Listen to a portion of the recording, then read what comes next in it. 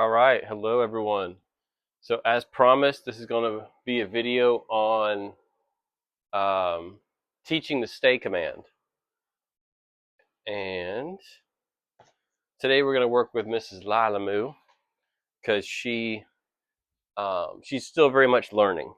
So if I brought Rupert out here, he would just hold the stays and it would look wonderful and all that.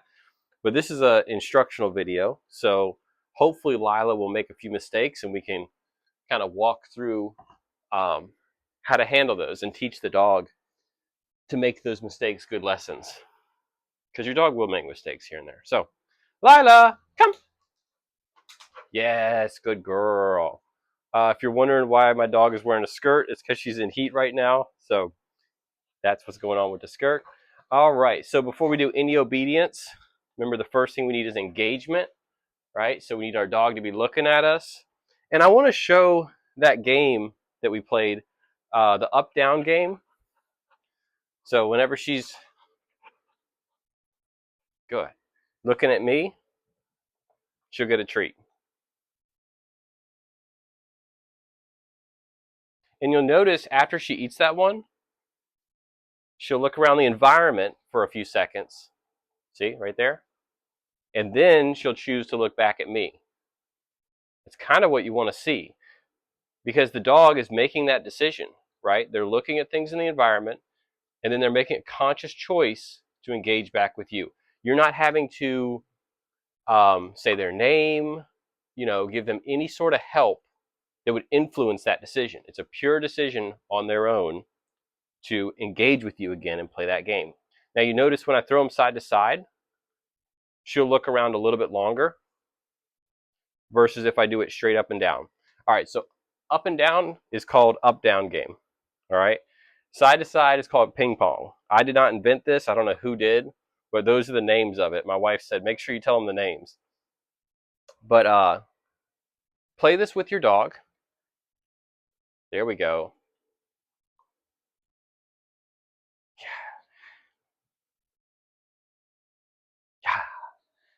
And see if they find it very engaging.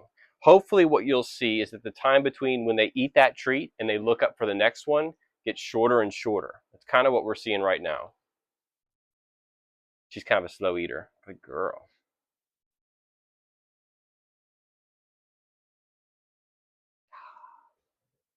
And just remember, it's the instant that they look back at you. Oh, you better get that one, Momo. You better get that one. There you go. Get it. All right. So maybe your dog finds that engaging. Maybe they find the luring to be pretty engaging, like she does.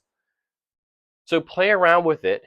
See what things catch your dog's interest, and you will know because your dog will be looking at you like, "Come on, let's do something. Let's do another one," like she is right now. So she tends to like the moving with me, right? When I move backwards, she's kind of looking up at me like, "Oh, come on, come on, come on," So that's engagement, right? Your dog's looking at you. They're eager for the next thing that you're about to offer or ask for. So, and you see she's offering behaviors. So once you've got some engagement, then you can start working obedience. So for our sits, I want you guys to practice these in that heel position. Good. I'm just going to reward that because she just got right in there. But you may have to lure your dog, let's go, into that heel position. So you put the treat to their nose, you lift it up, yes. When their butt hits the ground, mark it yes, and reward. From here, I want you to do this. Tell your dog, stay. Yes. Just wait 2 seconds and reward if they don't move. Stay. Yes. She almost went down into a down. Let's go. Now, I'm going to talk about her. So she has a really good down stay. Her sit stay, though, she'll hold it for a few seconds, and then she'll go down into a down. I have noticed that so with food, I have noticed with toys, she's much more alert, and she'll hold that sit stay.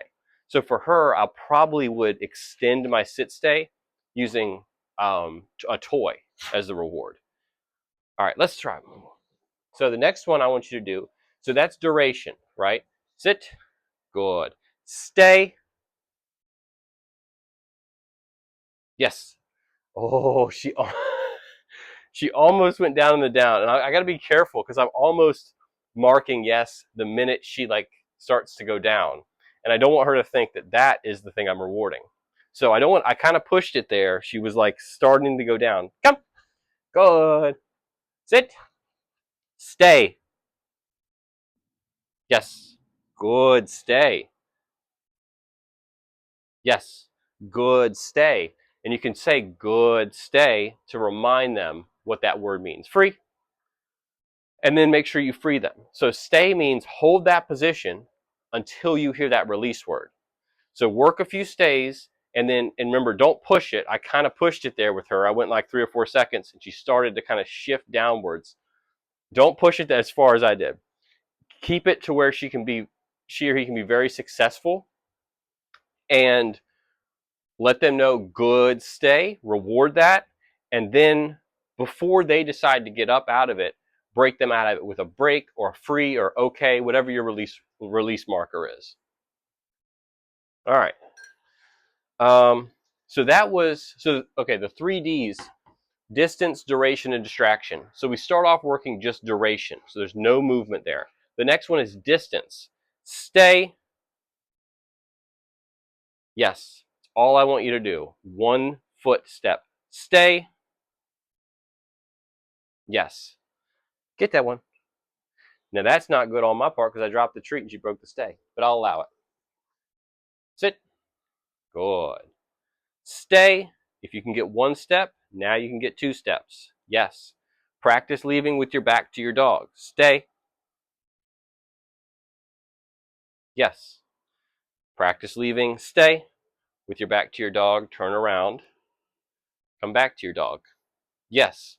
Practice returning back to this position. Stay. If your dog tends to break when you get close, come back in and say, stay. Yes. Good. Free. Get that moo-moo.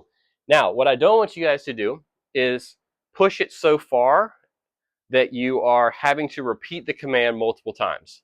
So think of it this way. If you are having to say stay 4 times in that duration or distance. So let's say it looked like this. Lila, sit. Good. Stay. Don't do this. Stay. Stay. Stay. Yes. Don't do that. You only want to go stay as far as you think you can push it off a single command. Now, I will give caveat, free. You can repeat the command in points where you think the dog might break. Free. So if I have my dog in a stay, there are typically 2 points that I think maybe they'll break. One is when I get out here and I turn around and face them, particularly if I pause for a minute, because now I'm just staring at my dog and they may view that as an invitation to come in. So at that point, I can reinforce the command, say, good stay, right? And then also when I'm returning back to my dog. So a lot of dogs, when you're kind of in this proximity zone, they shift around because they're trying to see where you're at, where you're coming in, or they get excited you're coming back with that treat, and they'll pop up. So as you're coming back in, you can remind them, good stay, and you get yourself back in position. And the reason I don't want you to repeat the command is because if you have to say it 4 times, let's say, then you've gone 4 times as far as you should have, right? We want our stay to be a singular command ultimately.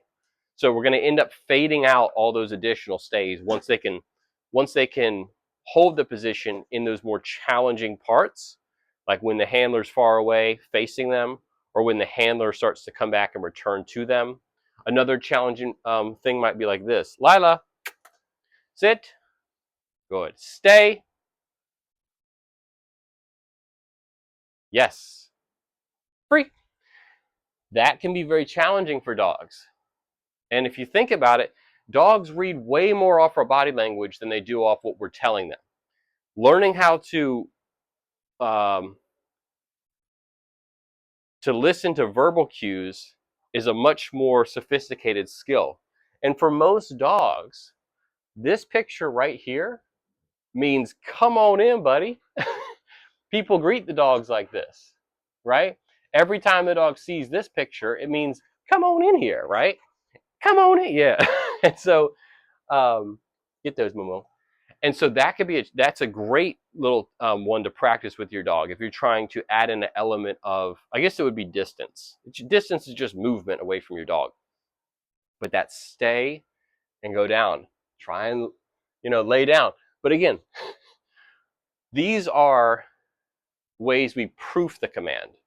When we're teaching it, I want you to just do baby steps and like 80 to 90% successful repetitions. Because early on, it's so much more important that your dog understands the concept. So stay. Yes. Stay. Yes. Free. Little ones like that are going to do so much more for you than pushing it to see, can I get a sit, stay, and go into the kitchen, and my dog breaks, right? Now, if she were to break, so I told you I'm going to let her show you what it looks like. So sit, I'm going to push it way too far. Stay.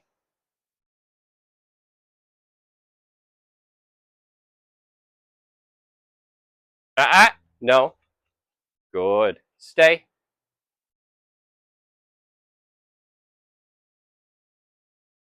Yes. Good. Stay. So right there you can see she laid down into the down. The minute she does that, I want to mark it with a negative marker. So I did You can say no. And it doesn't need to be like the sky's falling down level, no. Right? That's reserved for chasing the cat or counter surfing or stuff like that. Obedience mistakes, it's a very soft negative marker for me, but I need to mark it. So that's where I use For me, is a kind of a soft negative marker. No is a big, do not do that, right? Ever again. So anyways, when she laid down into the down, mark it with a negative marker, and what I use there is what's called social pressure, walking into her, and she popped back up. That is where I would start, is marking it and walk into them and see if you can lure them back up. All right? So sit, yes. And really kind of walk into them, right? To like get that behavior out of them. Free. The other thing I would try is if they lay into a down and they don't pop up off of that social pressure, is to simply say, at that point, anytime in training when you're not getting what you're asking for, so they're in a down, you're asking them to pop up into a sit, they're not doing it, don't ask for it again, right? Unless you can, use that pressure, that social pressure to get the behavior you want, unless you're confident in that, don't ask for that behavior again. Ask for something else. The lowest bar, ask for something else, in my book, is the let's go. So, let's go. Yes. And just, whoo, just pop it out of there. Let's go, make it exciting. And if they're in a down, that's probably the only thing they're going to give you, right? So, Lila, down. Yes. I'm going to reward that because she thought about it. She was like,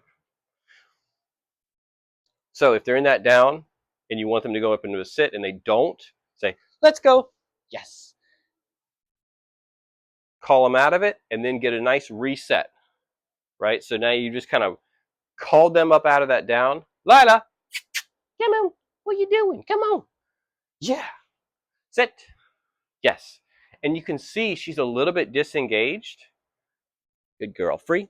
She's become a little bit disengaged. She's sniffing the sandals over there and like checking things out. And you can see how the enthusiasm for the work declines, right? She's sniffing around. So what I'd want to do there is get that engagement again. Lila, move. Oh my gosh, come on. Yeah. Oh, sit.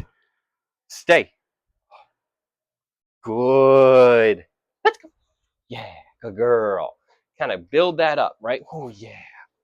What a good girl. Yes, get it. right? Make it fun again. Yeah, good girl. Always try to start with engagement and end with engagement. So I think that's it. Distance duration. The last thing you can practice is distraction. So when your dog is in the stays, start introducing elements in the environment, preferably at a distance from your dog, that aren't too arousing for your dog. So don't pull out like their favorite ball, right? You could simply put them in a stay and drop a pillow, right? Or put them in a stay and have a friend of yours kind of walk, maybe, well, that's a hard walk between you guys. Start by walking behind you, right? But things moving in the environment, different objects have entered the environment, stuff like that. Obviously, you know what distractions are. Things that occupy some amount of your dog's mental faculties. So yeah, introduce those slow, get lots of successful repetitions. Start it off as best you can, practicing in that heel position. And then one last tip is just to get that really nice start for it. She's getting tired. Lila, hi! Is you can use a wall. Come on, come on, come on, come on. Yeah, right here. Sit. Yes. You get that beautiful position right there, right? Stay.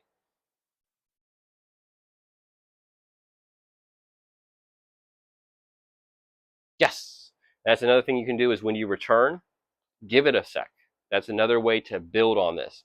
And remember, we build slowly, slowly, slowly. I remember it was a huge free with Rupert. It was like insane. At one point, we kind of slowly started at free, adding in these different elements. You know, tell him stay and go like this. Tell him stay, and my wife would do jumping jacks. Tell him stay, and when I could lay on the floor, and he's in a sit stay, um, that was pretty cool because he always viewed us on the floor as like an invitation to play. So anytime we got low, it was like very hard for him to just hold that stay. Um, if your dog is breaking, return them back to the exact same position. Do not reward the next command you give. So, Lila, because we don't want to don't want to reward the breaking. So if we said sit, stay, right, and she broke, and I had to reset her. So I'm gonna fake break her. Come, and I reset her, right? I wouldn't want to immediately reward. I would want to do another stay, shorter and easier, yes, and let her be successful in that. So because I don't want her to break and then food come out, we guide her right back in and she gets a treat, right? Because breaking was the behavior that initiated that whole rewarding thing, right? She loves to chase the hand with the food and get it. And her breaking the position is what initiated that. So she broke the position, which initiated that, yes, not fully rewarding behavior because I didn't release the treat, but I got her back into position, asked for the behavior I wanted, made it easier for her. So don't push it as far in distance or duration. Make it easier for them because they obviously failed going that far. So make it easier. Come back in and reward. Get a few successful reps and then break them out of it. Keep the stays and stuff short. Um, practice at home, practice then in the driveway, practice in a different room in your house. Take note of if your dog tends to do better in a down stay or a sit stay. If they do great in a down stay, then you know you can push duration, distraction, distance more with that. If they do great in a sit stay, Lila, come. Yes. Then you need to move more slowly. So that's the case with her. If she's in a down stay, she's usually pretty solid in it. So I know I can kind of push that more than I could a sit stay. But it also means for sit stay, I need to work them more, right? And I do, you know, some people, many dogs in a sit stay will go down into a down. And you might ask, well, that's kind of good enough. I asked for a sit, they sat for a second, and then they laid into a down. And I'm like, okay, good down, and I reward it. But really, it's kind of a posture of the dog that we don't want to encourage, which is a sense of kind of demotivation, disengagement, boredom with the work. I mean, those are all valuable signals to be receiving from your dog. It can even be kind of a submissive or just not eager and aroused in the work, not motivated in the work to hold themselves up. Just kind of, and it could also be physiologically. I mean, they could be going through a growth spurt and it could be uncomfortable to sit. Those are all things to take note of, that my dog does not like to sit for an extended period of time. So I'm not going to push it a lot at once and fail, but I am going to push it a little bit, and I'm going to push it in moments where they are eager to work, right? Because I want them to associate a behavior they don't particularly enjoy, holding that boring sit stay, with very fulfilling work, like getting that tug they love, right? Maybe they're not holding that sit stay great for the kibbles, right? But when I have them in a sit, when I pull out that tug, right? It's like, now you want to try a sit stay? And you might find your dog is just like, oh yeah, like, I'll hold this thing for you, you know what I mean? And they're eager. And all of that I talk about, engagement, kind of drive, arousal, motivation, just strong desire in the work, that is so much more important than being able to rack up different tricks on your dog of what they can do. This is crazy. She's laying on a treadmill over here. Because you want them to build a strong, a positive emotional connection with the work. And you know, that's the difference between a dog that will do commands and a dog that wants to do commands. So get that engagement, you know, work with their favorite treats, work with their favorite toy for behaviors that are tough for them. Sit stays and down stays are boring. They're kind of inherently restrictive for the dog. So make that prize at the end kind of fun, fun reward. So I think that's it. Yeah. All right, that's it for this week. I'll send out some homework to go with this. But y'all have a great week, and I'll see you guys Monday.